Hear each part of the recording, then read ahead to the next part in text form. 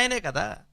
బ్రహ్మంతగానే చతుర్ముఖాలతో ఉండి నేనే అనుకుంటున్నాడు. ఈ ఇద్దరు దెబ్బలాడుకుంటూ ఉంటే దెబ్బలాట ఎంతకే తెమలకపోతే మధ్యలోంచి ఆవిర్భవించాడు. నాగేంద్రహారాయ త్రిలోచనాయ భస్మాంగరాగాయ మహేశ్వరాయ నిత్యాయ శుద్ధాయ దిగంబరాయ తస్మై నకారాయ నమశివాయ. అప్పుడు వీళ్ళిద్దరికీ జ్ఞానం రావాలి. మన ఇద్దరం దెబ్బలాడుకుంటుంటే మధ్యలో 12 గంటలకి లింగోద్భవ కాలంలో లింగం ఆవిర్భవించింది అంటే ఇదే మన మించింది కదా అని తెలియాలిగా, దాన్ని చూడాలిగా. దివ్య దేహము అంటే అర్థం అదే కదా. దిగంబరాయ దిక్కులన్నీ వ్యాపించిందంటే అర్థం అదే కదా.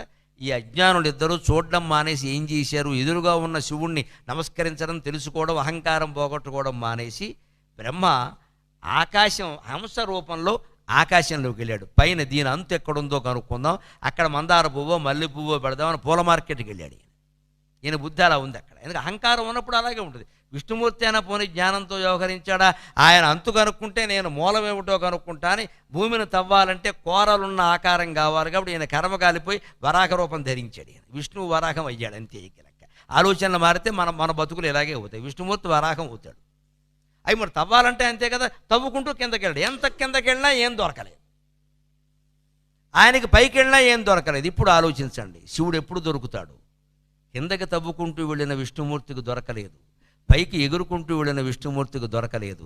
ఇద్దరూ ఈ పనులు మానేసి ఎదురుగా ఉన్న శివలింగానికి నమస్కరిస్తే దొరుకుండేవాడు ఖచ్చితంగా. అంటే మనం కూడా